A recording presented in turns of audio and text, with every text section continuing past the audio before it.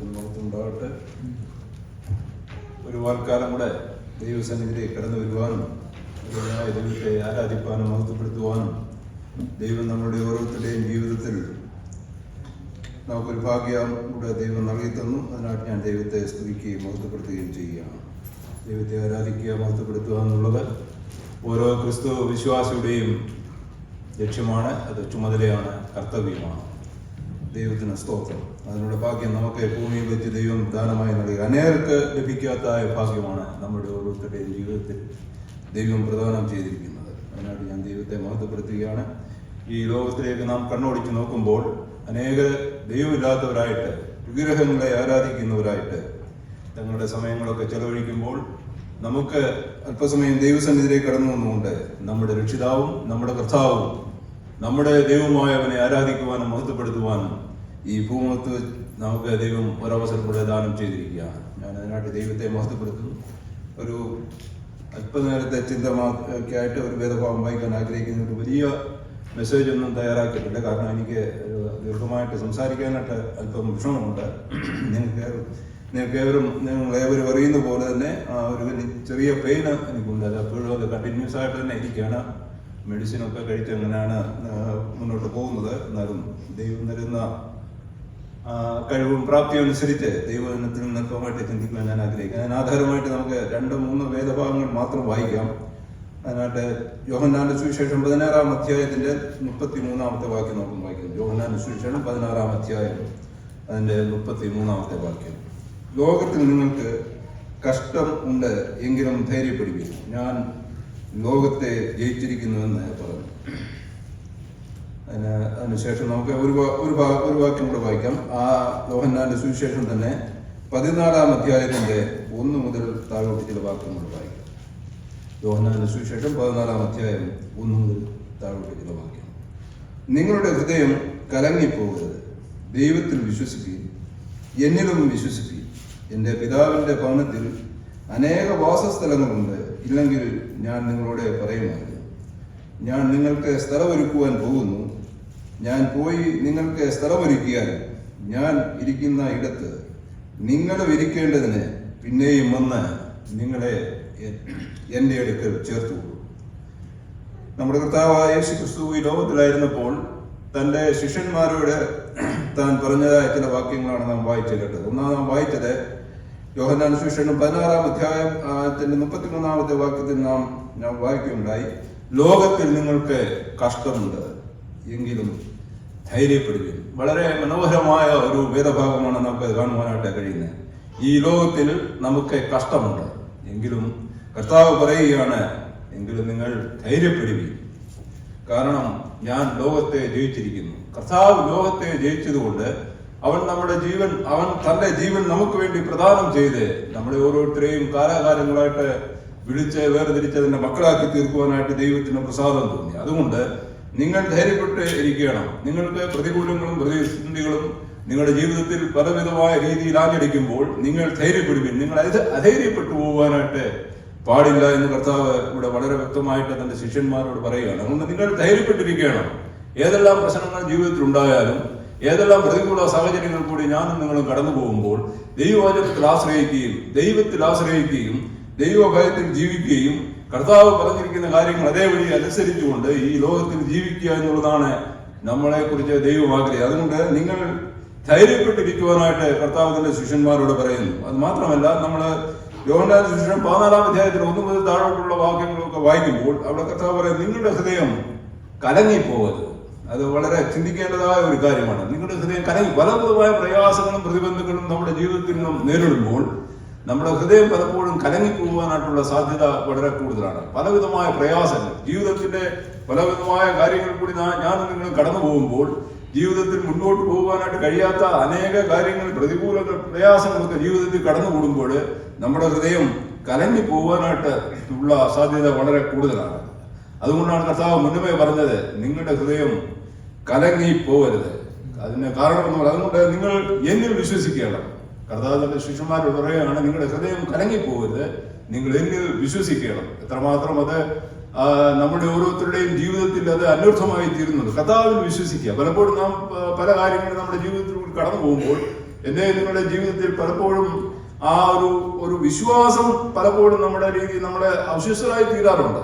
കാരണം ഇതൊക്കെ ഈ കാര്യങ്ങളൊക്കെ എൻ്റെ ജീവിതത്തിൽ സംഭവിച്ചല്ലോ, അല്ലെങ്കിൽ ഇന്ന പ്രശ്നങ്ങൾ കൂടിയൊക്കെ ഞാൻ നിങ്ങളും കടന്നു പോകുമ്പോഴൊക്കെ ജീവിതത്തിൽ പലപ്പോഴും ഒരു അവിശ്വസ്തത നമ്മുടെ ജീവിതത്തിൽ കടന്നുകൂടാറുണ്ട്. എന്നാൽ കർത്താവ് പറയുകയാണ്, നിങ്ങൾ എന്നിൽ വിശ്വസിക്കണം. ഞാൻ പറയുന്ന കാര്യങ്ങൾ ഞാൻ പിതാവിന്റെ അടുത്തു നിന്ന് വന്നു എന്നുള്ളതും ഞാൻ സ്വർഗത്തിൽ നിന്ന് ഇറങ്ങി വന്നു എന്നുള്ളതും നിങ്ങളുടെ പാപത്തിന്റെ പരിഹാരത്തിനായിട്ട് കാൽവരിയിലെ ക്രൂശിൽ നിങ്ങൾക്ക് വേണ്ടി മരിച്ച് അടക്കപ്പെട്ട് ഉയർത്തെഴുന്നേറ്റ് നിങ്ങൾക്ക് വേണ്ടി പക്ഷപാതം ചെയ്യുന്ന മഹാപുരോഹിതനായിട്ട് സ്വർഗത്തിൽ നമുക്ക് വേണ്ടി ജീവിക്കുന്ന കർത്താവ് പറയുകയാണ്, നിങ്ങളുടെ ഹൃദയം ഏതെല്ലാം പ്രശ്നങ്ങൾ കൂടി നിങ്ങൾ കടന്നുപോയാലും ഏതെല്ലാം പ്രതിബന്ധങ്ങൾ നിങ്ങളുടെ ജീവിതത്തിൽ കൂടി കടന്നു വരുമ്പോഴൊക്കെയും നിങ്ങളുടെ ഹൃദയം കലങ്ങിപ്പോകരുത്. അത് വളരെ വ്യക്തമായ രീതിയിൽ നാം ഓരോരുത്തരും ചിന്തിക്കേണ്ടതായ കാര്യമാണ്. മാത്രമല്ല ദൈവത്തിൽ വിശ്വസിപ്പിക്കുന്ന വളരെ വ്യക്തമായിട്ട് ഇവിടെ രേഖപ്പെടുത്തിയിരിക്കുകയാണ്.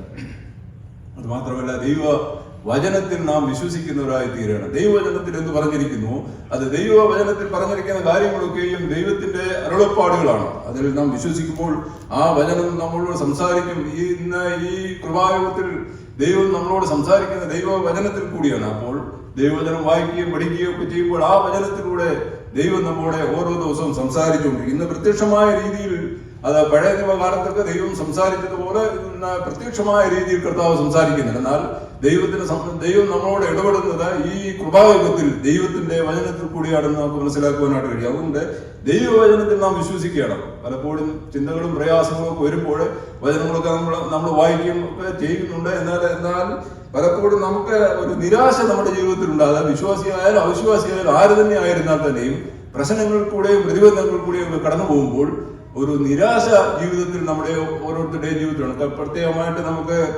മനസ്സിലാക്കുവാനായിട്ട് കഴിയുന്ന രോഗങ്ങള്, ദുഃഖങ്ങള്, മറ്റു പലതുമായ പ്രയാസങ്ങള്, ജീവിതത്തിൻ്റെതായ പല പ്രതികൂല സാഹചര്യങ്ങൾ കൂടി കടന്നു പോകുമ്പോൾ നിരാശയുടെ ഒരു അനുഭവം നമ്മുടെ ജീവിതത്തിൽ ഉണ്ടാവും.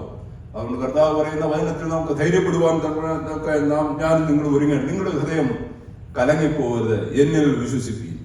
പ്രയാസങ്ങളും പ്രതിബന്ധങ്ങളും ഒക്കെ വരുമ്പോൾ കർത്താവിൽ വിശ്വസിക്കുവാനായിട്ടുള്ള ഒരു കൃപ നമുക്ക് അനുദിന ജീവിതത്തിൽ ഉണ്ടാകണം. അത് നമ്മുടെ പ്രാർത്ഥനാ ജീവിതത്തോടുള്ള ബന്ധത്തിലും നമ്മുടെ ആത്മീയമായ ജീവിതത്തോടുള്ള ബന്ധത്തിലും നമ്മുടെ ഈ ലോകത്തിലെ എല്ലാ ജീവിതത്തിലും പ്രാർത്ഥനയോടുകൂടി ദൈവസന്നിധിയിലായിരിക്കാനും പ്രശ്നങ്ങളെ അഭിമുഖീകരിക്കാൻ തക്കമുള്ള കൃപ ദൈവത്തിൽ നിന്ന് ലഭിക്കുവാനുമായിട്ട് ദൈവസന്നിധിയിൽ വളരെ ജാഗ്രതയോടുകൂടി ഇരുന്ന് പ്രാർത്ഥിക്കുകയും ദൈവവചനങ്ങൾ വായിക്കുകയും മനസ്സിലാക്കുകയും ചെയ്തുകൊണ്ട് അതിന് പ്രകാരം ജീവിക്കാൻ തക്കണം വരുന്ന ദിവസങ്ങളിൽ കർത്താവ് നമ്മെ സഹായിക്കട്ടെ. മാത്രമല്ല ഇവിടെ താഴോട്ടുള്ള ഭാഗങ്ങളൊക്കെ നാം വായിക്കുമ്പോൾ നമുക്ക് മനസ്സിലാക്കുവാനോട്ട് കഴിയുന്നത് ദൈവത്തിന്റെ വാഗ്ദത്തങ്ങളിൽ നാം വിശ്വസിക്കണം. പലവിധമായ വാഗ്ദത്തങ്ങൾ വേദപുസ്തകത്തിലൂടെ നമുക്ക് കാണുവാനായിട്ട് കഴിയുന്നു. ദൈവം നമുക്ക് അനേക വാഗ്ദത്തങ്ങൾ നൽകിയിരിക്കുന്നതായിട്ട് നമുക്ക് കാണുവാനായിട്ട് കഴിയുന്നുണ്ട്. അതൊക്കെ നമ്മൾ ചിന്തിക്കുമ്പോൾ നമ്മുടെ ഹൃദയം കലങ്ങിപ്പോകുവാനോ നമ്മുടെ ഹൃദയം പ്രയാസപ്പെടുവാനോ ഇടയാകാതെ വണ്ണം കർത്താവിൽ സന്തോഷിക്കുവാനും കർത്താവിൽ ശരണപ്പെടുവാനും ഓരോ ദിവസവും കർത്താവിൽ കൃപയിൽ ആശ്രയിച്ചുകൊണ്ട് ജീവിപ്പാനും തക്കവണ്ണം കർത്താവ് നമ്മെ ഓരോരുത്തരെയും സഹായം. നിങ്ങളുടെ ഈ ലോകത്തിൽ നിങ്ങൾക്ക് കഷ്ടമുണ്ട് എങ്കിലും ധൈര്യപ്പെടുവീനെന്ന് നമ്മൾ ഇവിടെ വായിക്കുവാനായിട്ട് കഴിയും. ദൈവത്തിന്റെ മാറ്റമില്ലാത്ത വചനത്തിൽ വിശ്വസിക്കുക. അത് മാത്രമേ നമുക്ക് ആശ്രയമായിട്ടുള്ളൂ. ദൈവത്തിന്റെ മാറ്റമില്ലാത്ത വചനം അതിൽ വിശ്വസിച്ചുകൊണ്ട് അതിന് പ്രകാരം ജീവിച്ചുകൊണ്ട് മുൻപോട്ട് പോകുവാൻ തക്കവണ്ണം നമ്മെ ഓരോരുത്തരെയും കർത്താവ് സഹായിക്കട്ടെ. പലവിധമായ പ്രയാസങ്ങൾ കൂടി കടന്നു പോകുമ്പോൾ, കണ്ണുനീർ താഴ്വരയിൽ കൂടി കടന്നു പോകുമ്പോൾ, ജീവിതത്തിന്റെ പലവിധമായ പ്രയാസ ഘട്ടങ്ങളിലൂടെ കടന്നു പോകുമ്പോഴൊക്കെയും ദൈവാശ്രയം ഉണ്ടെങ്കിൽ മാത്രമേ ഭൂമിയിൽ ഒരു വിശ്വാസിക്ക് നിലനിൽക്കുവാനായിട്ട് കഴിയുള്ളൂ. അല്ലെങ്കിൽ നാം പതറിപ്പോവും. അനേക വിശ്വാസ വീരന്മാരെ പട്ടുപോയതായ ഒരു ലോകത്തിലാണ് നാം ജീവിക്കുക. അനേകരെ കുറിച്ച് നമുക്ക് കാണുവാനായിട്ട് കഴിയും. ജീവിത ചരിത്രങ്ങളൊക്കെ അനേകരെ വായിക്കുമ്പോഴേ പ്രയാസങ്ങളുടെയും പ്രതിബന്ധങ്ങളുടെയും ഒക്കെ ഘട്ടത്തിൽ അവർ കടന്നു പോകുമ്പോൾ വിശ്വാസം തള്ളിപ്പറഞ്ഞുകൊണ്ട് ഈ ലോകത്തിലേക്ക് ഓടിപ്പോയ അനേകരെ നമുക്ക് കാണുവാനായിട്ട് കഴിയുന്നുണ്ട്. അതൊക്കെയും പിശാചിന്റെ പ്രവർത്തനങ്ങളും താഴടിയായി പോകാൻ അനേക സാധ്യതയുള്ള ഒരു ലോകത്തിലാണ് ഞാനും നിങ്ങളും ജീവിക്കുന്നത്. അപ്പോൾ ദൈവവചനത്തിൽ ആശ്രയിക്കുകയും ദൈവവചനം വായിച്ചുകൊണ്ട് മുൻപോട്ട് ജീവിക്കാൻ തക്കവണ്ണം, ഹൃദയം കലങ്ങിപ്പോകാതിരിക്കുവാൻ തക്കവണ്ണം കർത്താവ് നമ്മെ ഉപദേശിച്ചതായ കാര്യങ്ങളിൽ പരിപൂർണമായ വിശ്വാസത്തോടുകൂടി പരിപൂർണമായ സമർപ്പണത്തോടുകൂടി മുൻപോട്ട് ജീവിക്കാൻ തക്കവണ്ണം കർത്താവ് നമ്മെ സഹായിക്കട്ടെ. ലോകത്തിൽ നമ്മൾക്ക് പ്രയാസമുണ്ട്, കഷ്ടമുണ്ട്, രോഗങ്ങളുണ്ട്. അനേക രോഗങ്ങൾ കൂടി നമ്മൾ ഓരോരുത്തരും കടന്നു പോകുന്നവരാണ്. പലപ്പോഴും നനച്ചിരിക്കാത്ത രീതിയിലാണ് നമ്മുടെ ജീവിതത്തിലൊക്കെയും രോഗങ്ങൾ കടന്നു പോകുന്നത്. ഞാനത് പലപ്പോഴും ചിന്തിക്കാറുണ്ട്. ഓടി നടക്കുന്ന കാര്യങ്ങൾ യാതൊരു കുഴപ്പമില്ല, ആരോഗ്യമായിരിക്കുന്ന പെട്ടെന്നാണ് നമുക്ക് ഓരോ അസുഖങ്ങൾ കൂടി നാം ഓരോരുത്തരും കടന്നു പോകുന്നത്. എന്നെ സംബന്ധിച്ചിടത്തോളം അതും എനിക്ക് വളരെ വ്യക്തമായിട്ട് മനസ്സിലാക്കുവാനും യാതൊരു കുഴപ്പമില്ലാതിരുന്ന ഒരു സാഹചര്യം. ജോലി കഴിഞ്ഞ് ഉച്ചയ്ക്ക് വെറുതെ ഞാനൊന്ന് ഒരു ബ്രേക്കിന് ഇറങ്ങിയാണ്. അങ്ങനെയാണ് എനിക്ക് പെട്ടെന്ന് ഒരു നെർവിന്റെ പ്രശ്നം ഉണ്ടായത്. ഒരു കുഴപ്പമില്ല, ഞാനത് ഒരു 12:30 വരെ ഞാൻ ജോലി ചെയ്തു, കുഴപ്പമൊന്നുമില്ല. എന്നാൽ ലഞ്ച് ബ്രേക്കിന് വെളിയിലോട്ട് ഞാൻ ഇറങ്ങിയാണ്. ഇറങ്ങി ആ ഒരു സമയത്ത് ഞാൻ വെറും ജാഡിൽ നിൽക്കുമ്പോഴാണ് എനിക്ക് പെട്ടെന്ന് ഈ ഒരു പ്രോബ്ലം ഉണ്ടാകുന്നത്. എന്നാൽ അതായത് ഏതാണ്ട് 2-3 വർഷത്തിന് മേലായി അതിന് അനേക പ്രതിവിധികളൊക്കെ കാണുന്നു, പിന്നെ മരുന്നുകളൊക്കെ കഴിക്കുകയൊക്കെ ചെയ്തെങ്കിൽ അതിനൊന്നും ഒരു പ്രത്യേകമായ ഒരു ആശ്വാസം ഇതുവരെ ലഭിച്ചിട്ടില്ല. അത് കണ്ടിന്യൂസ് ആയിട്ട് ആ പെയിനുണ്ട്. എന്നാൽ ദൈവത്തിനത്തോടെ നടത്തി. അതാണ് ഞാൻ പറഞ്ഞത്, പലപ്പോഴും നാം നനച്ചിരിക്കാത്ത സമയങ്ങളിലാണ് ഓരോ രോഗങ്ങൾ കൂടി ഞാനും നിങ്ങളും കടന്നു പോകുന്നത്. അപ്പോൾ ഇവിടെ ഈ വചന ഭാഗങ്ങളൊക്കെ നമ്മെ ധൈര്യപ്പെടുത്തുവാനായിട്ട് ഇടയായിത്തരും. നിങ്ങളുടെ ഹൃദയം ജീവിതത്തിൽ ഉണ്ടാകുന്ന പ്രയാസങ്ങളും പ്രതിബന്ധങ്ങളും നിങ്ങളുടെ ഹൃദയം കലങ്ങിപ്പോരുതെന്ന് നമ്മുടെ അരുമനാഥൻ നമ്മളോട് കൽപ്പിച്ചിട്ടുണ്ട്. പ്രശ്നങ്ങളും പ്രയാസങ്ങളും ഒക്കെയും ജീവിതത്തിൽ കടന്നു വരും. പലപ്പോഴും ഞാൻ 73-ാമത്തെ സങ്കീർത്തനം വായിക്കുമ്പോൾ ആസാഫ് പറയുന്ന ഒരു കാര്യമുണ്ട്. എനിക്ക് ദുഷ്ടന്മാരുടെ സമൃദ്ധി കണ്ടപ്പോൾ എനിക്ക് അഹങ്കാരികളുടെ അസൂയ തോന്നി. അവരെ ദുഷ്ടന്മാരായിരിക്കുന്ന ആൾക്കാർക്കൊക്കെ വളരെ സമൃദ്ധിയും അവരുടെ ജീവിതത്തിൽ യാതൊരു പ്രശ്നങ്ങളുമില്ല, യാതൊരു പ്രതിബന്ധങ്ങളുമില്ല. അവർ വളരെ സന്തോഷത്തോടുകൂടി കടന്നു പോകുന്നതായിട്ട് ഇവിടെ ആസാഫ് 73-ാമത്തെ സങ്കീർത്തനം രേഖപ്പെടുത്തിയിരിക്കുന്നതായിട്ട് നമുക്ക് കാണുവാനായിട്ട് കഴിയുന്നുണ്ട്. അപ്പോൾ ആസാഫ് പറയുന്നു, അവരുടെ സമൃദ്ധിയൊക്കെ കണ്ടപ്പോൾ എനിക്ക് അവരോട് അസൂയ തോന്നി എന്നാണ് അവിടെ എഴുതി വെച്ചത്. അവർക്ക് യാതൊരു കുഴപ്പവുമില്ല, അവർ നല്ല രീതിയിൽ ജീവിക്കുന്നു. ദൈവത്തെ അറിയാത്തവരായിട്ട് ഈ ലോകത്തിന്റെ മോഹങ്ങളിലേക്ക് ഓടിക്കൊണ്ട് ഈ ലോകത്തിന് വേണ്ടി ജീവിച്ചുകൊണ്ട് വളരെയധികം സ്ഥലങ്ങളൊക്കെ സമ്പാദിച്ചുകൊണ്ട് അവർ ജീവിക്കുമ്പോൾ അവർക്ക് യാതൊരു കുഴപ്പങ്ങളുമില്ലാതെ മുൻപോട്ട് പോകുമ്പോൾ അവരോട് എനിക്ക് അസൂയ തോന്നി എന്നാണ് ആ സാഹ രേഖപ്പെടുത്തിയത്. എന്നാൽ താഴോട്ട് വായിച്ചു വരുമ്പോഴൊക്കെ നമുക്ക് മനസ്സിലാക്കുവാനായിട്ട് കഴിയുന്നത് ദൈവം അവരെ വഴിവഴുപ്പിൽ നിർത്തിയിരിക്കുന്നുവെന്ന് ഒക്കെ വായിക്കുവാനായിട്ട് കഴിയുന്നുണ്ട്. അവരുടെ സമൃദ്ധിയും അവരുടെ കാര്യങ്ങളും ഒക്കെ ഈ ലോകത്തിന് വേണ്ടിയിട്ടുള്ളതാണ്. അവർക്ക് ഒരു പ്രത്യാശയില്ലാത്ത ഒരു ജീവിതമാണ് അവർ നയിക്കുന്നത്. അവർക്ക് ഈ ലോകത്തിലുള്ളതൊക്കെ അവർ സമ്പാദിച്ചുകൊണ്ട് ഈ ലോകത്തിന് വേണ്ടി ജീവിച്ച ഈ ലോകത്തിൽ തന്നെ അവരുടെ ജീവിതം അവസാനിക്കും എന്നുള്ളത് ഞാനും നിങ്ങളും മനസ്സിലാക്കേണ്ടതായ കാര്യമാണ്. അവർക്ക് യാതൊരു പ്രത്യാശയുമില്ല. ഈ മരണാനന്തരം ഒരു ജീവിതമുണ്ട് എന്നുള്ളതും മരണത്തിന് ശേഷം ഒരു ജീവിതം ദൈവം മനുഷ്യർക്ക് വേണ്ടി ദാനം ചെയ്തിട്ടുണ്ട് എന്നുള്ള ഒരു വ്യക്തത അവരുടെ ജീവിതത്തിൽ. എന്നാൽ പ്രിയ വിശ്വാസികളെ, പ്രിയ സഹോദരി സഹോദരന്മാരെ, നമ്മളെ സംബന്ധിച്ചിടത്തോളം നമുക്ക് വേണ്ടി കാൽവരിയിലെ ക്രൂശിൽ തന്റെ രക്തം ഒഴുക്കി തന്നുകൊണ്ട് പാപത്തിന് പരിഹാരം കണ്ടുകൊണ്ട് നമുക്ക് വേണ്ടി മരിച്ചടക്കപ്പെട്ട നമ്മുടെ കർത്താവായ യേശു ക്രിസ്തുവിനുള്ള വിശ്വാസം മൂലം ഈ മരണത്തിനപ്പുറത്ത് ഈ രോഗത്തിനപ്പുറത്ത് സകലവിധമായ പ്രയാസങ്ങൾക്കും അപ്പുറമായിട്ട് നമുക്ക് ഓരോരുത്തർക്കും ഒരു വലിയ ജീവിതമുണ്ട് എന്ന് നമുക്ക് മനസ്സിലാക്കുവാനായിട്ട് കഴിയും. നമ്മുടെ കർത്താവ് നമ്മെ സ്നേഹിച്ചു. നമുക്ക് ഈ ലോകത്തിൽ നമുക്ക് പ്രയാസങ്ങളും പ്രതിബന്ധങ്ങളും ഒക്കെ ഉണ്ടെങ്കിലും എത്രയും വേഗം തന്നെ നമ്മുടെ കർത്താവ് കടന്നു വന്ന് ഈ നശ്വരമായ ഭൂമിയിൽ നിന്ന് ഈ പ്രയാസങ്ങളും പ്രതിബന്ധങ്ങളുള്ളതായ ഈ ഭൂമിയിൽ നിന്ന് നമ്മളെ മാറ്റിക്കൊണ്ട് നിത്യമായ സന്തോഷത്തിലേക്ക് നമ്മെ ചേർക്കുന്ന, നിത്യമായ ആനന്ദത്തിലേക്ക് നമ്മെ ചേർക്കുന്ന ഒരു ദിവസം ഏറ്റവും ആസന്നമായിരിക്കുക എന്നുള്ളത് നമ്മുടെ ജീവിതത്തിൽ നമുക്ക് മനസ്സിലാക്കുവാനായിട്ട്, അതാണ് നമ്മുടെ ജീവിതത്തിലെ സന്തോഷം.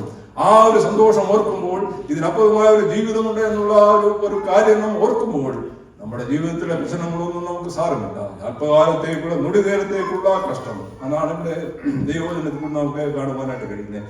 നൊടി നേരത്തേക്ക് മാത്രമുള്ളതായ കഷ്ടം, അത് ഈ ലോകത്തിൽ നാം അനുഭവിച്ചുകൊണ്ട് ദൈവം നമുക്ക് തരുന്ന നാളുകളൊക്കെയും ദൈവത്തിന്റെ നാമത്തിന്റെ മഹത്വത്തിന് വേണ്ടി ജീവിക്കാനും ദൈവത്തിന്റെ നാമത്തിന്റെ മഹത്വത്തിന് വേണ്ടി പ്രവർത്തിക്കാനും തക്കണം നമ്മെ ഓരോരുത്തരെയും കർത്താവ് സഹായിക്കട്ടെ. അതാണ് ഇവിടെ കർത്താവ് പറഞ്ഞ്, നിങ്ങളുടെ ഹൃദയം കലങ്ങി പോകരുത്. പലപ്പോഴും ജീവിതത്തിൽ ഹൃദയഭാരമുള്ളപ്പോഴൊക്കെ നമ്മുടെ ഹൃദയം കലങ്ങി പോകാനുള്ള സാധ്യതയുണ്ടെന്ന് മുൻകൂട്ടി കണ്ടുകൊണ്ട് കർത്താവ് രേഖപ്പെടുത്തിയിരിക്കുന്ന വാക്യമാണ്. നമ്മെ ഓരോരുത്തരെയും അത് ആശ്വസിപ്പിക്കുവാനായിട്ട് കഴിയും.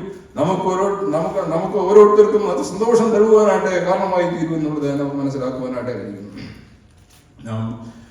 വീണ്ടും നമ്മൾ ദൈവവചനത്തിലൂടെ കടന്നു പോകുമ്പോൾ നാം മനസ്സിലാക്കാൻ കഴിയുന്ന 23-ാമത്തെ സങ്കീർത്തനത്തിൽ നാം വായിക്കുന്നു, കൂരുകളിൽ താഴ്വരയിൽ കൂടി ഞാൻ കടന്നു പോയാലും അതിനെ ജലാശയമാക്കി തീർക്കുവാനായിട്ട് കഴിയും. കൂരുകളിലെ താഴ്വര, മരണനിഴൽ താഴ്വര, മരണത്തിൻ്റെതായ വക്കുകളിലൂടെ ഞാൻ നിങ്ങളും കടന്നു പോകുന്ന സാഹചര്യങ്ങൾ പലപ്പോഴും ഉണ്ടായിട്ടുണ്ട്. എങ്കിലും അവിടെയൊക്കെ നമ്മെ താങ്ങി നടത്തുന്ന, അവിടെയൊക്കെ നല്ല സ്നേഹത്തിൽ നമ്മെ നടത്തുന്ന, അവിടെയൊക്കെ നമ്മുടെ കരം പിടിച്ചുകൊണ്ട് നമ്മെ മുൻപോട്ട് നയിക്കുന്നതായ നമ്മുടെ ദൈവത്തിൽ ആശ്രയിച്ചുകൊണ്ട് വരുന്ന ദിവസങ്ങളൊക്കെ ജീവിക്കാൻ തക്കോണം വലുവനായ ദൈവം നമ്മെ സഹായിക്കട്ടെ. അതാണ് നമ്മുടെ ജീവിതത്തിന്റെ പ്രത്യാശ, അതാണ് നമ്മുടെ ജീവിതത്തിന്റെ മാർഗദർശനം എന്ന് നമുക്ക് മനസ്സിലാക്കുവാൻ തക്കോണം കർത്താവ് നമ്മെ സഹായിക്കണം. അതിന് ആവശ്യമായിരിക്കുന്ന ദൈവത്തിന്റെ പരിശുദ്ധാത്മാവിനുള്ള നിറവിനോടുകൂടി, നിറവോടുകൂടിയുള്ള ജീവിതം നയിപ്പാൻ തക്കോണം കർത്താവ് നമ്മെ സഹായിക്കട്ടെ. പലപ്പോഴും ദൈവത്തിന്റെ ആത്മാവിന് വഴങ്ങാത്തതായ രീതിയിൽ, ദൈവാത്മാവിന് പ്രയോജനപ്പെടാത്ത രീതിയിൽ നമ്മുടെ ജീവിതങ്ങളൊക്കെ ആയിത്തീർന്നിട്ടെങ്കിലും വരുന്ന ദിവസങ്ങളൊക്കെയും കർത്താവിന്റെ നാമത്തിന്റെ മഹത്വത്തിന് വേണ്ടി ദൈവത്തിന്റെ ആത്മാവിൽ വിനയപ്പെട്ടുകൊണ്ട് ദൈവത്തിന്റെ ആത്മാവിനെ പരിപൂർണമായി നമ്മുടെ ജീവിതം സമർപ്പിച്ചുകൊണ്ട് മുൻപോട്ട് ജീവിക്കുന്നുവെങ്കിൽ ഒരു ആത്മനിറവോടുകൂടിയുള്ള ഒരു ജീവിതം നയിപ്പാനായിട്ട് എനിക്ക് നിങ്ങൾക്കും സാധിക്കുമെന്നുള്ളതിന് യാതൊരു സംശയമില്ല. അതാണ് നമ്മുടെ ദൈവവചനം നമ്മെ അറിയിക്കുന്നത്. കൂരിരുൾ താഴ്വരയിൽ കൂടി നടന്നാലും ഒരു അനർത്ഥവും നാം ഭയപ്പെടുകയില്ല എന്ന് വളരെ വ്യക്തമായിട്ട് ദൈവവചനം നമ്മെ പഠിപ്പിക്കുന്നു. കൂരിരുളിന്റെ താഴ്വരയിൽ കൂടി നടന്നാലും ഒരു അനർത്ഥവും നിനക്ക് ഭവിക്കുകയില്ല. ദൈവം നമ്മെ താങ്ങി നടത്തുമെന്നുള്ളതിന് യാതൊരു സംശയവുമില്ല. ഏതെല്ലാം പ്രശ്നങ്ങൾ കൂടി കടന്നുപോയാലും ഏതെല്ലാം പ്രതിബന്ധങ്ങൾ ജീവിതത്തിൽ കൂടി കടന്നുപോയാലും ഒക്കെയും അവിടെയൊക്കെയും നമ്മെ താങ്ങി നടത്തുന്ന ഒരു വലിയവനായ ദൈവം നമുക്കുണ്ട്. അതാണ് നമ്മുടെ പ്രത്യാശ എന്ന് പറയുന്നത്. അത് മാത്രമല്ല ഫിലിപ്പിയ ലേഖനം 4-ാം അധ്യായത്തിന്റെ 5-6 വാക്യങ്ങളിൽ നാം വായിക്കുന്നത് ഒന്നിനെ കുറിച്ചും വിചാരപ്പെടരുതെന്നാണ് അവിടെ രേഖപ്പെടുത്തിയത്. ഒന്നിനെ കുറിച്ചും വിചാരപ്പെടരുത്. ജീവിതത്തിന്റെ പ്രശ്നങ്ങളെ കുറിച്ച് വിചാരപ്പെടാതെ, ജീവിതത്തിൽ വന്നു പോകുന്ന ഭവിഷ്യത്തുകളെ കുറിച്ച് വിചാരപ്പെടാതെ ദൈവത്തിൽ മാത്രം ആശ്രയിച്ചുകൊണ്ട് ഒരു ദൈവത്തിൽ ജീവിക്കുവാൻ കഴിയുമെങ്കിൽ നമ്മുടെ ജീവിതം ധന്യമായി തീരുമെന്നുള്ളത് നമുക്ക് മനസ്സിലാക്കുവാനായിട്ട് കഴിയും. ദൈവത്തിന്റെ നാമത്തിന്റെ മഹത്വത്തിന് വേണ്ടി നമ്മുടെ ജീവിതമായി തീരുവാൻ തക്കവണ്ണം വലിയവനായ ദൈവം നമ്മെ സഹായിക്കട്ടെ. ഒന്നിനെ കുറിച്ചും നാം വിചാരപ്പെടുവാനായിട്ട് പാടില്ല. ഒന്നാമതായിട്ട് നാം കണ്ടത് നിങ്ങളുടെ ഹൃദയം കലങ്ങിപ്പോകരുതെന്ന് കർത്താവ് പറഞ്ഞിരിക്കുന്നു. രണ്ടാമത് കർത്താവ് പറയുന്നു നിങ്ങൾ ഒന്നിനെ കുറിച്ചും വിചാരപ്പെടരുത്. പലപ്പോഴും പലവിധമായ വിചാരങ്ങൾ കൂടി പലവിധമായ പ്രയാസങ്ങൾ കൂടി ജീവിതത്തിൻ്റെതായ ഇനിയും എങ്ങനെ മുൻപോട്ട് ജീവിക്കും എന്നുള്ള പ്രശ്നത്തിൽ കൂടി നിങ്ങൾ കടന്നു പോകുമ്പോൾ ഇവിടെ നമ്മുടെ കർത്താവ് നമ്മൾ പറയുകയാണ് നിങ്ങൾ ഒന്നിനെ കുറിച്ചും വിചാരപ്പെടരുത്. വരുവിൻ നാം കർത്താവിനെ ആ വിചാരപ്പെടരുതെന്നുള്ള കാര്യത്തിൽ നമുക്ക് അനേക ദൃഷ്ടാന്തങ്ങൾ കാണുവാൻ കർത്താവ് നമ്മെ ഏത് രീതിയിൽ നടത്തുന്നു എന്നുള്ളതിന് അനേക ദൃഷ്ടാന്തങ്ങൾ നമുക്ക് ദൈവത്തിൽ കാണുവാനായിട്ട് കഴിയുന്നു. ഒരിക്കൽ കർത്താവ് തന്റെ ശിഷ്യന്മാരോട് പ്രകാരം പറയും വരുവിൻ നാം അക്കരയ്ക്ക് പോവുക. ഗലീല അവൻ പടയിൽ കയറി ഗലീല കടലിനെ അപ്പുറത്തേക്ക് യാത്രയാകാനായിട്ട് നമുക്ക് കാണുവാനായിട്ട് കഴിയുന്നത്. അവിടെ പകുതി യാത്രയായപ്പോൾ അവിടെ നമുക്ക് കാണുവാനായിട്ട് കഴിയുന്നത് വളരെ കാറ്റുണ്ടായി, വളരെ കോടുകളൊക്കെ ഉണ്ടായി, പടവെ മുങ്ങുമാറായി എന്ന് നമുക്ക് അവിടെ വായിക്കുവാനായിട്ട് കഴിയുന്നുണ്ട്. എന്നാൽ അവിടെ ശിഷ്യന്മാരെ കർത്താവിനോട് ചോദിക്കുന്ന ഒരു ചോദ്യമുണ്ട്. അത് പലപ്പോഴും ഞാൻ ചിന്തിച്ചു പോകുന്ന ഒരു ചോദ്യമാണ്. ഗുരു, ഞങ്ങൾ നശിച്ചു പോകുന്നതിൽ നിനക്ക് വിചാരമില്ലയോ? അതാണ് അവിടെ രേഖപ്പെടുത്തിയത്. ഞങ്ങൾ നശിച്ചു പോകുന്നതിൽ നിനക്ക് വിചാരം ഇല്ലയോ? എന്നാൽ ഇവിടെ നാം ചിന്തിക്കേണ്ടതായ ഒരു കാര്യം എന്ന് പറയുന്നത് വരുവിൻ നാം അക്കരയ്ക്ക് പോവാ എന്ന് പറഞ്ഞ നമ്മുടെ കർത്താവാണ് അങ്ങനെ പറഞ്ഞത്. വരുവിൻ നാം അക്കരയ്ക്ക് പോകുവിൻ. നമ്മെ അക്കരയ്ക്ക് കൊണ്ടുപോകാനായിട്ട് കൽപ്പിച്ചത് കർത്താവാണെങ്കിൽ സുരക്ഷിതമായ സ്ഥാനത്ത് നമ്മെ എത്തിക്കുവാനും പ്രാപ്തിയുള്ളവനാണെന്നുള്ളത് നാം മനസ്സിലാക്കാതെ പലപ്പോഴും പോകാനുണ്ട്. ശിഷ്യന്മാരാ കാര്യം വളരെ വ്യക്തമായ രീതിയിൽ മനസ്സിലാക്കാതെ പോയി എന്നുള്ളതാണ്. പടക് മുങ്ങുമാറ് കാറ്റ് വളരെ ശക്തമായി അടിച്ചപ്പോൾ അവർ പറയുകയാണ് ഗുരു, ഞങ്ങൾ നശിച്ചു പോകുന്നതിൽ നിനക്ക് വിചാരം ഇല്ലയോ? കർത്താവ് അവിടെ നാം കാണുന്ന അവൻ അമരത്തെ തലയിണ വെച്ച് ഉറങ്ങുന്നതായിട്ടാണ് അവിടെ കാണുവാനായിട്ട് കഴിയുന്നത്. കർത്താവ് നാം അക്കരയ്ക്ക് പോവുക എന്ന് പറഞ്ഞിട്ട് ശിഷ്യന്മാരെ കൊണ്ട് അക്കരയ്ക്ക് പോകുമ്പോൾ കാറ്റും പ്രതികൂലമായി അടിച്ചപ്പോൾ പടക് മുങ്ങുമാറായപ്പോൾ അവൻ അമരത്തെ തല വെച്ച് ഉറങ്ങുന്നുവെങ്കിലും നമ്മളെ കുറിച്ച് അവന് വിചാരമുണ്ട് എന്നുള്ളത് നാം കാണുവാനായിട്ട് കഴിയുന്നു. ഒരു ശിഷ്യന്മാർ ചോദിക്കുന്ന നിനക്ക് ഞങ്ങളെ കുറിച്ച് ഞങ്ങൾ നശിച്ചു പോകുന്നതിൽ നിനക്ക് വിചാരം ഇല്ലയോ? അത് വളരെ ചിന്തിക്കേണ്ടതായ കാര്യം. എന്നാൽ നമുക്ക് കർത്താവ് നമ്മളെ കുറിച്ച് വിചാരമില്ലാത്തവനല്ല. അവൻ എഴുന്നേറ്റ് കാറ്റിനെയും കടലിനെയും ശാസിച്ച് അത് അമർന്നു, അവന്റെ വാക്കില്ലത് അമർന്നു എന്ന് കാണുവാനായിട്ട് കഴിയുന്നുണ്ട്. പ്രിയമുള്ളവരെ, ദൈവത്തിന് നമ്മെ കുറിച്ച് വിചാരമുണ്ട്. അവൻ നമ്മെ വിളിച്ചുവെങ്കിൽ, അവൻ നമ്മെ കാലാകാലങ്ങളായിട്ട് വിളിച്ച് വേർതിരിച്ചുവെങ്കിൽ, അവന്റെ രക്തത്താൽ അവന്റെ മക്കളാക്കി തീർത്തുവെങ്കിൽ നമ്മളെ കുറിച്ച് അവന് വിചാരമുണ്ടെന്നുള്ള കാര്യം നാം മനസ്സിലാക്കാതെ പോകരുത്. നമ്മളെ കുറിച്ച് അവൻ കരുതുന്നവനാണ്. നിങ്ങൾക്ക് പ്രയാസമുള്ളപ്പോൾ, നിങ്ങൾക്ക് പ്രതികൂല സാഹചര്യങ്ങൾ വഴി കടന്നു പോകുമ്പോൾ നമ്മളെ കുറിച്ച് വളരെ ചിന്തിക്കുന്നവനും നമ്മളെ കുറിച്ച് വിചാരമുള്ളവനുമാണ് നമ്മുടെ കർത്താവ്. അത് ആ കാര്യം നമ്മുടെ വരും ദിവസങ്ങളിലൊക്കെ ഓർത്തുകൊണ്ട് പ്രശ്നങ്ങളുടെയും പ്രതിബന്ധങ്ങളും കൂടി കടന്നു പോകുമ്പോൾ ആ ഒരു വലിയ കാര്യം ദൈവം നമുക്ക് വേണ്ടി ചെയ്യുന്ന ആ ഒരു വലിയ കാര്യത്തെ ഓർത്തുകൊണ്ട് നമ്മളെ കുറിച്ച് വിചാരമുള്ള ദൈവത്തിലാണ് നമ്മെ ആശ്രയിക്കുന്നത്. നമ്മളെ കുറിച്ച് വിചാരമുള്ള ഒരു കർത്താവിലാണ് നാം ശരണപ്പെട്ടിരിക്കുന്നത്. അവൻ നമ്മെ ഓരോ ദിവസവും വഴി നടത്തുന്നുള്ളതിന് യാതൊരു സംശയവുമില്ല. കഴിഞ്ഞ കാല ജീവിതങ്ങളൊക്കെ നമ്മുടെ ജീവിതത്തിൽ നമുക്ക് മനസ്സിലാക്കുവാനായിട്ട് കഴിഞ്ഞിട്ടുണ്ട്. നമ്മുടെ ജീവിതത്തിൽ കർത്താവിന്റെ കരുതലുകൾ എത്രമാത്രം നമുക്ക് മനസ്സിലാക്കുവാനായിട്ട് കഴിഞ്ഞിട്ടുണ്ട്. കഴിഞ്ഞ നാളുകളിലൊക്കെ ഏതെല്ലാം പ്രശ്നങ്ങൾ കൂടി കടന്നുപോയപ്പോൾ, ഏതെല്ലാം പ്രതിബന്ധങ്ങൾ കൂടി കടന്നുപോയപ്പോൾ, ഏതെല്ലാം രോഗങ്ങൾ കൂടി ഞാനും നിങ്ങളും കടന്നുപോയപ്പോൾ നമ്മളെ താങ്ങി നടത്തിയവരായ ദൈവം, നമ്മളെ കരുതുന്നവനായ ഒരു ദൈവം നമുക്ക് വേണ്ടി സ്വർഗത്തിൽ ജീവിക്കുന്നു. ഇന്ന് രാവിലെ സമയം പ്രിയമുള്ളവരെ, അത് ഓർത്തുകൊണ്ട് നമുക്ക് ദൈവത്തെ മഹത്വപ്പെടുത്താം, നമുക്ക് ദൈവത്തെ സ്തുതിക്കാം. അവന് വലിയ നാമം ദൈവം വാഴ്ത്തപ്പെടുമാറാകട്ടെ. കർത്താവ് അവരെ ആശ്വസിപ്പിക്കുന്നതായിട്ട് നമുക്ക് അവിടെ കാണുവാനായിട്ട് കഴിയുന്നുണ്ട്. അത് മാത്രമല്ല, ഉൽപ്പത്തി പുസ്തകത്തിലേക്ക് നാം കടന്നു വരുമ്പോൾ അവിടെ നമുക്ക് ഹാഗാറിനെ കുറിച്ച് കാണുവാനായിട്ട് കഴിയുന്നുണ്ട്. ഹാഗാറിനെ കരുതിയവനായ ഒരു ദൈവത്തിന്റെ കരുതലിനെ കുറിച്ച് നമുക്ക് കാണുവാനായിട്ട് അവിടെ കഴിയും.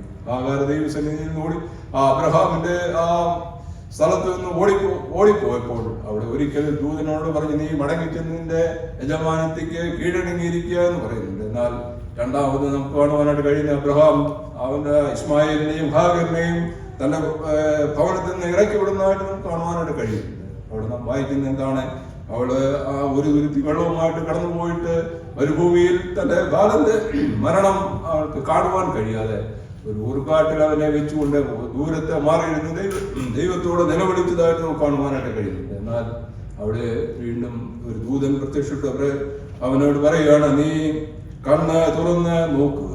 അവിടെ അവൾ കണ്ണ് തുറന്ന് നോക്കിയപ്പോൾ ദൂരത്തൊരു നീരുറവ അവൾ കാണുകയുണ്ടായെന്ന് നമുക്ക് വായിക്കുവാനായിട്ട് കഴിയുന്നുണ്ട്. ഹാഗാറിനെ കരുതിയവനായ ദൈവം അവള് കുട്ടിയുടെ മരണം കാണാൻ കഴിയാതെ വണ്ണം ദൂരവേ ഇരുന്ന് നിലവിളിച്ചപ്പോൾ ദൂതനോട് പറയുകയാണ്, നീ കണ്ണ് തുറന്ന് നോക്കുക.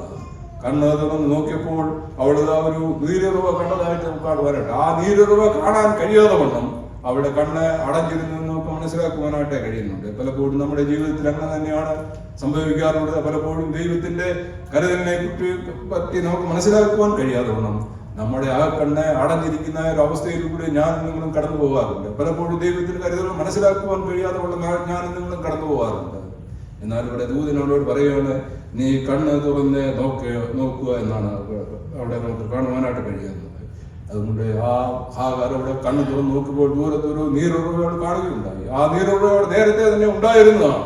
എന്നാൽ അത് കാണുവാൻ കഴിയാതെ നമ്മുടെ കണ്ണ് അടഞ്ഞിരുന്നു എന്ന് നമുക്ക് കാണുവാനായിട്ട് കഴിയും. എന്നാൽ പ്രിയമുള്ളവരെ, ഈ കാര്യങ്ങളൊക്കെ നമ്മെ ഓർപ്പിക്കുന്നത് നാം കാണേണ്ടതുപോലെ കാണുവാനും വിശ്വസിക്കുവാനും കഴിയാതെ പലപ്പോഴും നാം ഈ ജീവിതത്തിന്റെ പലവിധമായ പ്രശ്നങ്ങൾ കൂടി കടന്നു പോകാറുണ്ട്. എന്നാൽ ഇവിടെ നാം വായിക്കുന്നത് അവളെ കണ്ണ് തുറന്ന് നോക്കിയപ്പോൾ ഒരു നീരുറവ കണ്ടു എന്നുള്ളതാണ്. ദൈവത്തിന്റെ കരുതലിനെ കുറിച്ച് അവിടെ നമുക്ക് മനസ്സിലാക്കുവാനായിട്ട് കഴിയുന്നുണ്ട്. അത് തന്നെയല്ല വീണ്ടും നമ്മൾ വായിക്കും, അബ്രഹാമിന്റെ ജീവിതത്തിലേക്ക് കടന്നു വരുമ്പോൾ അബ്രഹാം തന്റെ മകനായ ഇസാക്കിനെ യാഗം കഴിക്കുവാനായിട്ട് പോകുന്ന ഒരു വലിയ കഥ നമുക്ക് വായിക്കുവാനായിട്ട് കഴിയുന്നുണ്ട്. അവിടെ ദൈവം അബ്രഹാമിനെ കരുതലിനെ കുറിച്ച് അവിടെ നമുക്ക് കാണുവാനായിട്ട് കഴിയുന്നുണ്ട്. അബ്രഹാമിനോട് ദൈവം പറയുകയാണ്, നീ മോറിയ ദേശത്ത് എന്ന് അവിടെ ഞാൻ നിന്നോട് കൽപ്പിക്കുന്ന മലമേൽ നിന്റെ ഏകജാതനായ മകനെ എനിക്ക് വേണ്ടി ഹോമയാഗം കഴിക്കാൻ അവിടെ ദൈവം കൽപ്പിക്കുന്നതായിട്ട് കാണുവാനാണ്. നീ മോറിയ ദേശത്ത് എന്ന് അവിടെ ഞാൻ നിന്നോട് കൽപ്പിക്കുന്ന മലയിൽ അവനെ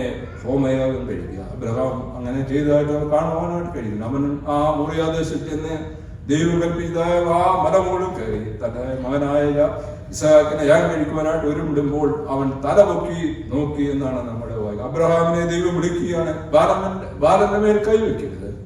അപ്പോൾ അവൻ തലപൊക്കി നോക്കിയപ്പോൾ ദൂരത്തെ ഒരു ആട്ടുകുട്ടൻ കാട്ടിൽ കുടുങ്ങി കിടക്കുന്നതായിട്ട് അവൻ കാണുകയുണ്ടായി. ദൈവത്തിന്റെ കരുതൽ അവിടെ നമുക്ക് കാണുവാനായിട്ട് കഴിയും. പലപ്പോഴും കാണുവാൻ കഴിയാതെ വണ്ണം അബ്രഹാം ഇവിടെ നാം വായിക്കുന്ന അവൻ തലപൊക്കി നോക്കി. അപ്പോൾ ഒരു ആട്ടുകുട്ടൻ തന്റെ അവിടെ കാട്ടിൽ കുരുങ്ങി കിടക്കുന്നതായിട്ട് കാണുവാനായിട്ട് കഴിയും. ദൈവത്തിന്റെ കരുതൽ അവിടെ എത്ര മാത്രമായിരുന്നു എന്നുള്ളത് ദൈവം സർവ്വവും മുന്നുമേ കരുതുന്നവനായ ദൈവമാണ്. നമ്മൾ ഏതെല്ലാം അനർത്ഥത്തിൽ കടന്നു പോകുമ്പോൾ, പരീക്ഷകൾ കൂടി കടന്നു പോകുമ്പോൾ അതിനൊക്കെ പോക്കുവഴികൾ ഉണ്ടാക്കിയിട്ടുണ്ട്. മുന്നമേ ഒരു കാര്യം ദൈവം നമുക്ക് വേണ്ടി ചെയ്തിരിക്കും എന്നുള്ളതിന് യാതൊരു സംശയമില്ല. ഈ രണ്ട് കാര്യങ്ങൾ ഹാഗാറിന്റെ ജീവിതത്തിൽ കൂടി കടന്നു നമുക്ക് മനസ്സിലാക്കുവാനായിട്ട് കഴിയുമ്പോൾ, അബ്രഹാമിന്റെ ജീവിതത്തിൽ കൂടി മനസ്സിലാക്കുവാനായിട്ട് കഴിയുമ്പോൾ, ദൈവം കൽപ്പിക്കുന്ന കാര്യങ്ങൾക്കൊക്കെയും ദൈവം മുന്നമേ അതിന് വഴികൾ കണ്ടിട്ടുണ്ട് എന്നുള്ളതിന് യാതൊരു സംശയമില്ല. അതാണ് നമുക്കിവിടെ വായിക്കുവാനായിട്ട് കഴിഞ്ഞത്. ഹാഗാറിനെ കരുതിയവനായ ദൈവം, അബ്രഹാമിനെ കരുതിയവനായ അബ്രഹാമിന് വേണ്ടിയിട്ട് ഒരു യാഗവസ്തുവിനെ കരുതിയ ദൈവം ഇന്നും ജീവിക്കുന്നു. അവനാണ് നമ്മുടെ രക്ഷിതാവ്, അവൻ നമ്മുടെ കർത്താവ്, നാം ശരണമാക്കുന്ന പാറയുമാണ്. അത് മാത്രമല്ല, നമ്മൾ ഏലിയാവിന്റെ ജീവിതത്തിലേക്ക് കടന്നു വരുമ്പോൾ ദൈവത്തിന്റെ കരുതൽ ഏലിയാവിന്റെ ജീവിതത്തോടുള്ള ബന്ധത്തിൽ എത്രമാത്രം അനവൃതമായി തീർന്നു എന്നുള്ളത് നമുക്ക് മനസ്സിലാക്കുവാനായിട്ട് കഴിയും. അവിടെ ദൈവം ഏലിയാവിനോട് പറയുന്ന ഒരു കാര്യം ഞാൻ പലപ്പോഴും ചിന്തിക്കുകയാണ്. നീ അവിടെ നാം വായിക്കുന്നത് ഏലിയാവിനോട് കർത്താവ് പറയാണ്, അവിടെ വായിക്കുന്നത് ഞാൻ കാക്കയോട് കൽപ്പിച്ചു, നിന്നെ അവിടെ പുലർത്തേണ്ടതിനെ ഞാൻ കാക്കയോടെ കൽപ്പിച്ചിരിക്കുന്നു എന്ന് അവിടെ നമുക്ക് കാണുവാനായിട്ട്. ഏലിയാവിനോട് പറയുകയാണ്, നീ ഇന്ന സ്ഥലത്തേക്ക് പോവുക, കെരീത്തിലേക്ക് കടന്നു പോവുക, അവിടെ നിന്നെ പുലർത്തേണ്ടതിന് ഞാൻ കാക്കയോടെ കൽപ്പിച്ചിരിക്കുന്നു എന്ന് നമുക്ക് അവിടെ വായിക്കുവാനായിട്ട് കഴിയുന്നു. കാക്കയോട് കൽപ്പിച്ചിരിക്കുകയാണ്. നീ കെരീത്തിലേക്ക് പോകുന്ന അവസരത്തിന് മുൻപ് തന്നെ അവിടെ ഏലിയാവിനെ കരുതുവാനായിട്ട് ദൈവം മുന്നമേ കാക്കയോടെ കൽപ്പിച്ചിരിക്കുന്നു എന്നൊക്കെ അവിടെ വായിക്കുവാനായിട്ട് കഴിയുന്നത്. ഏലിയാവിനെ കരുതിയവനായ ദൈവം നമ്മയും കരുതുവാനായിട്ട് പ്രാപ്തിയുള്ളവനായിട്ട് നമ്മയും കരുതുവാനായിട്ട് ദൈവത്തിന് കഴിയുമെന്നുള്ളതിന് വളരെ യാതൊരു സംശയമില്ല എന്നുള്ളത് നമുക്കിവിടെ മനസ്സിലാക്കുവാനായിട്ട് കഴിയും. ഏലിയാവിനെ കെരീത്തിൽ കരുതുന്നതായ ദൈവം നമ്മുടെയും ദൈവമാകുന്നു. അവനെ കെരീത്തിലേക്ക് പോകുമ്പോൾ തന്നെ അതിന് മുൻപായിട്ട് തന്നെ അവനെ പുലർത്തേണ്ടതിനെ കാക്കയോടെ കൽപ്പിച്ചവനായ ദൈവം ഇന്നും ജീവിക്കുന്നു എന്നുള്ളതിന് യാതൊരു സംശയമില്ല. അതിനായിട്ട് ദൈവത്തിന്റെ കരുതലിനെ ഓർത്ത് ദൈവത്തെ മഹത്വപ്പെടുത്താം. ദൈവം നമുക്ക് വേണ്ടി കരുതിയിരിക്കുന്ന കാര്യങ്ങളെ ഓർത്ത് ദൈവത്തെ മഹത്വപ്പെടുത്താം. മാത്രമല്ല, ഏലിയാവിന്റെ ജീവിതത്തോടുകൂടി വീണ്ടും നമുക്ക് കാണാം, സരാഫത്തിലേക്ക് കടന്നു ചെല്ലുമ്പോൾ അവിടെയും ദൈവം പറയുന്നത്, നീ സരാഫത്തിൽ വിധവയുടെ അടുക്കിലേക്ക് കടന്നു ചെല്ലുക, അവിടെ നിന്നെ പുലർത്തേണ്ടതിന് ഞാൻ വിധവയോടെ കൽപ്പിച്ചിരിക്കുന്നു.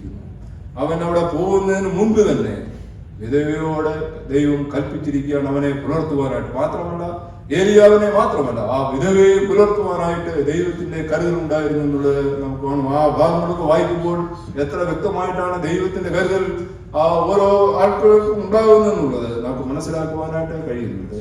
ഏലിയാവിനെ മാത്രമല്ല ദൈവം കരുതി, എന്നാൽ ഒരു അപ്പക്കഷ്ണം ഉണ്ടാക്കി കഴിച്ചതിന് ശേഷം മരിപ്പാനായിട്ട് ആഗ്രഹിക്കുന്ന വിധവയെയും ദൈവം കരുതി എന്നുള്ളത് അവിടെ നമുക്ക് മനസ്സിലാക്കുവാനായിട്ട് കഴിയും. വിധവയെ കരുതനായ ദൈവം ഏലിയാവിനെ മാത്രമല്ല, മരിക്കുവാൻ ആഗ്രഹിച്ചിരുന്ന ആ വിധവയെയും ദൈവം ആ ക്ഷാമകാലത്തെ കരുതിയതായിട്ട് നമുക്ക് കാണുവാനായിട്ട് കഴിയുന്നു. അപ്പോൾ വിധവയുടെ മുൻപിൽ ചെല്ലുന്നതിന് മുൻപ് തന്നെ ദൈവം ആ വിധവയോട് ഏലിയാവിനെ കരുതുവാനായിട്ട് കൽപ്പന കൊടുത്തിരുന്നു എന്നുള്ളത് നമുക്ക് അവിടെ മനസ്സിലാക്കുവാനായിട്ട് ദൈവത്തിന്റെ കരുതൽ എത്രമാത്രമാണ് ഈ ഭാഗങ്ങളിലൊക്കെ നമുക്ക് മനസ്സിലാക്കുവാനായിട്ട് കഴിയുന്നത്. ഈ ഭാഗങ്ങളൊക്കെ വായിക്കുമ്പോൾ ജീവിതത്തിന്റെ പ്രതികൂലമായ സാഹചര്യങ്ങളിൽ കൂടി ഞാൻ നിങ്ങളും കടന്നു പോകുമ്പോൾ, ജീവിതത്തിന്റെ പലവിധമായ പ്രയാസങ്ങളിൽ കൂടി ഞാൻ നിങ്ങളും കടന്നു പോകുമ്പോൾ ഈ വാക്യഭാഗങ്ങളൊക്കെ നമ്മെ ധൈര്യപ്പെടുത്തുവാനായിട്ട് മതിയായതാണ്. ഈ ഭാഗങ്ങളൊക്കെ വായിക്കുമ്പോൾ നമ്മുടെ ക്രിസ്തീയ ജീവിതത്തെ നമുക്ക് മുൻപോട്ട് ചിന്തിക്കുവാനായിട്ട് കഴിയും. ദൈവം നമ്മെ കരുതുന്നതായ കരുതൽ നമുക്ക് വേണ്ടി എന്നുള്ള കാര്യങ്ങൾ അവൻ കരുതിയിരിക്കുകയാണ്. അവൻ കർത്താവ് പറയുകയാണ്, ഞാൻ നിങ്ങൾക്ക് സ്ഥലമൊരുക്കുവാനായിട്ട് പോകുന്നു. ഞാൻ പോയി സ്ഥലമൊരുക്കിയാൽ ഞാൻ ഇരിക്കുന്ന ഇടത്ത് നിങ്ങളും ഇരിക്കേണ്ടതിന് വീണ്ടും വന്ന് നിങ്ങളെ എൻ്റെ അടുക്കൽ ചേർത്തു. എത്രമാത്രം വലിയൊരു വാക്തത്വമാണ് ദൈവം നമുക്ക് വേണ്ടി നൽകിയിരിക്കുന്നത്. ഞാൻ നിങ്ങൾക്ക് സ്ഥലമൊരുക്കുവാനായിട്ട് പോകുന്നു. ദൈവത്തിന്റെ വാക്തത്വങ്ങൾ വിശ്വസിപ്പാൻ തക്കവണ്ണം ദൈവത്തിന്റെ വാക്തത്വങ്ങൾ മതിയായ രീതിയിൽ വിശ്വസിച്ചുകൊണ്ട് വരുന്ന ദിവസങ്ങളൊക്കെ ജീവിപ്പാൻ തക്കവണ്ണം കർത്താവ് നമ്മെ സഹായിക്കട്ടെ. ഞാൻ എൻ്റെ പിതാവിന്റെ വാസസ്ഥലത്തെ അനേക വാസസ്ഥലങ്ങളുണ്ട്. ഞാൻ നിങ്ങൾക്ക് സ്ഥലമൊരുക്കുവാൻ പോകുന്നുണ്ട് തന്റെ ശിഷ്യന്മാരോട് അവൻ പറയാനായിട്ട് നമുക്ക് കാണുവാനായിട്ട് കഴിയും. ഞാൻ നിങ്ങൾക്ക് സ്ഥലമൊരുക്കുവാൻ പോകുന്നു. ഞാൻ വീണ്ടും വന്ന് നിങ്ങളെ എൻ്റെ അടുക്കൽ ചേർത്തുകൊള്ളും. എത്ര പ്രത്യാശയുള്ള ഒരു വാക്കുകളാണ് അത് നമുക്ക് കാണുവാനായിട്ട് കഴിയുന്നത്. ശിഷ്യന്മാരൊക്കെയും കഷ്ടത്തിലായപ്പോൾ ശിഷ്യന്മാർക്ക് അവരുടെ ഹൃദയം കലങ്ങിപ്പോയപ്പോൾ ഒക്കെയും ആശ്വാസത്തിന്റെ വാക്കുകളെ കൊടുത്തുകൊണ്ട് അവരെ നയിച്ചവനായ വലിയവനായ ദൈവം ആ കർത്താവ് സ്വർഗത്തിലേക്ക് കരേറിപ്പോയി എത്രയും താമസമില്ല അവൻ വന്ന് നമ്മെ ചേർത്തുകൊണ്ടെന്നുള്ളത് യാതൊരു സംശയമില്ലാത്ത കാര്യമാണ്. ഞാൻ നിങ്ങൾക്ക് സ്ഥലമൊരുക്കുവാനായിട്ട് പോകുന്നു. ഞാൻ പോയി സ്ഥലമൊരുക്കിയാൽ ഞാൻ ഇരിക്കുന്ന ഇടത്ത് നിങ്ങൾ ഇരിക്കണം എന്നുള്ളത് കർത്താവിന്റെ ആ വാക്തത്വമാണ്. ഞാൻ ഇരിക്കുന്നിടത്ത് നിങ്ങളും ഇരിക്കണം. എത്രയോ മഹത്തായ ഒരു വാക്തത്വമാണത്. ഇന്ന് നമുക്ക് ഈ ലോകത്തേക്ക് നോക്കുമ്പോൾ ഒരു മത നേതാക്കന്മാർക്കും നൽകുവാൻ കഴിയാത്തതായ ഒരു വാക്തത്വമാണത്. ഒരു ലോക രാഷ്ട്രീയ നേതാക്കന്മാർക്ക് അത് നൽകുവാനായിട്ട് കഴിയുക. താൻ ഇരിക്കുന്നിടത്ത് അവരെ ഇരുത്തുക എന്നുള്ളത് ഒരു രാഷ്ട്രീയക്കാരനും വാക്തത്വം കൊടുക്കുവാനായിട്ട് കഴിയുകയില്ല എന്നുള്ളത് നമുക്ക് മനസ്സിലാക്കുവാനാണ്. എന്നാൽ ഇവിടെ കർത്താവ് പറയുന്നിടത്ത് ഞാൻ നിങ്ങൾക്ക് സ്ഥലമൊരുക്കുവാൻ പോകുന്നു. ഞാൻ സ്ഥലമൊരുക്കി കഴിഞ്ഞാൽ ഞാൻ ഇരിക്കുന്ന ഇടത്ത് നിങ്ങളും ഇരിക്കണം. അതാണ് കർത്താവിന്റെ ആഗ്രഹം. ഈ ലോകത്ത് ഒരു മനുഷ്യനും തരാൻ കഴിയാത്ത, ഒരു മത നേതാക്കന്മാർക്കും തരുവാൻ കഴിയാത്ത ഒരു വാക്തത്വമാണ് കർത്താവ്. ഞാൻ ഇരിക്കുന്നിടത്ത് നിങ്ങളെയും ഇരുത്തുന്നത് എത്രയോ വലിയ പ്രത്യാശയാണ് നമ്മുടെ ജീവിതത്തിൽ ദൈവം നമുക്ക് നൽകിയിരിക്കുന്നത്. നമ്മുടെ വരുന്ന ദിവസങ്ങളിലൊക്കെയും നമ്മുടെ ഹൃദയം കലങ്ങിപ്പോകാതെ, നമ്മുടെ ഹൃദയം വ്യാകുലത്തിന്റെയിൽ അകപ്പെട്ടു പോകാതെ ദൈവത്തിൽ മാത്രം ആശ്രയിച്ചുകൊണ്ട് മുൻപോട്ട് ജീവിക്കാൻ തക്ക കർത്താവ് നമ്മെ സഹായിക്കട്ടെ. അവൻ ഇരിക്കുന്നിടത്ത് നമ്മെ എഴുത്തുവാനായിട്ട് കർത്താവ് ഈ ലോക സംഭവങ്ങളൊക്കെ നാം ഇന്ന് നോക്കുമ്പോൾ കർത്താവിന്റെ വരവ് ഏറ്റവും ആസന്നമായിരിക്കുന്നു എന്നുള്ളത് നമുക്ക് മനസ്സിലാക്കുവാനായിട്ട് കഴിയും. എത്രയും താമസമെന്ന കർത്താവ് കടന്നു വരും. ഈ ലോക സംഭവങ്ങളൊക്കെ ഏതാണ് നമ്മെ വിളിച്ചറിയിച്ചുകൊണ്ടിരിക്കുന്നത്. ലോകത്തിന്റെ ഗതികളൊക്കെ മാറിക്കൊണ്ടിരിക്കുകയാണ്. കഴിഞ്ഞ നാടുകളേക്കാൾ അല്ലെങ്കിൽ നമ്മുടെ ബാല്യകാലത്തെക്കാളൊക്കെ എത്രയോ വഷളായിക്കൊണ്ടിരിക്കുന്ന ഒരു കാലത്തിലാണ് ഞാനും നിങ്ങളും ജീവിക്കുന്നത്. കർത്താവിന്റെ വാഗ്ദത്തങ്ങളൊക്കെ നിറവേറുവാനായിട്ട് പോവുകയാണ്. എത്രയും താമസമില്ലാവും കടന്നു നമ്മെ ഈ ലോകത്തിൽ നിന്ന് ചേർത്തുകൊള്ളുന്നുള്ള യാതൊരു സംശയമില്ല. അതുകൊണ്ട് ഈ ദിവസങ്ങളൊക്കെയും കർത്താവിൽ ശരണപ്പെട്ടുകൊണ്ട് കർത്താവിൽ നമ്മുടെ ആശ വെച്ചുകൊണ്ട് മുൻപോട്ട് ജീവിക്കാൻ കൊണ്ട് നമ്മളെ കർത്താവ് സഹായിക്കട്ടെ. ഈ ലോക സംഭവങ്ങളൊക്കെ അത് നമ്മെ വിളിച്ചറിയിച്ചുകൊണ്ടിരിക്കുകയാണ്. ഇന്ന് രാവിലെ സമയം ദൈവസന്നിധി കടന്നുകൊണ്ട് അവനെ മഹത്വപ്പെടുത്തുവാൻ തക്കണം, അവനെ ആരാധിപ്പാൻ തക്കണം കർത്താവ് നമുക്ക് ചെയ്തു. അതുകൊണ്ട് ഇന്ന് പാൽക്കാലം കർത്താവ് നമ്മോട് പറയുന്നത്, നിങ്ങൾ ഒന്നിനെ കുറിച്ചും വിചാരപ്പെടരുത്, നിങ്ങളുടെ ഹൃദയം കലങ്ങിപ്പോവാനായിട്ട് ഇടയാകരുത്. എന്നിൽ വിശ്വസിപ്പീൻ, എന്റെ പിതാവിലും വിശ്വസിപ്പീൻ, എന്റെ ദൈവവചനത്തിൽ വിശ്വസിപ്പാൻ തക്കണം കർത്താവ് നമ്മെ സഹായിക്കട്ടെ. കർത്താവിൽ ശരണപ്പെട്ടുകൊണ്ട് കർത്താവിൽ വിശ്വസിച്ചുകൊണ്ട് മുൻപോട്ട് ജീവിക്കാൻ തക്കണം വരുന്ന ദിവസങ്ങളൊക്കെ കർത്താവ് നമ്മെ സഹായിക്കട്ടെ. ആ നിലയിൽ നമ്മുടെ ക്രിസ്തീയ ജീവിതം മുൻപോട്ട് നയിപ്പാൻ തക്കണം കർത്താവ് നമ്മെ സഹായിക്കട്ടെ. നാം പലപ്പോഴും നമ്മൾ വായിക്കാറുണ്ട്, ഇസ്രായേലിനോടുള്ള ബന്ധത്തിൽ നമ്മൾ പല കാര്യങ്ങൾക്ക് മനസ്സിലാക്കുവാനായിട്ട് കഴിയും. കാലത്തിന്റെ അന്ത്യത്തിലേക്ക് നീങ്ങിക്കൊണ്ടിരിക്കുകയാണ് ഈ ലോകം.